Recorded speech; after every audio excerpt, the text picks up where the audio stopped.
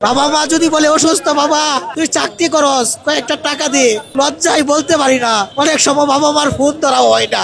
আমাদের ভাত নেই, আমরা ভাত খেতে পারি না। আমরা বউকে একটা কাপড় কিনে দিতে পারি না। আমাদের এই লজ্জা, আমরা মুখ দেখাইতে পারি না প্রতিবেশীদের কাছে।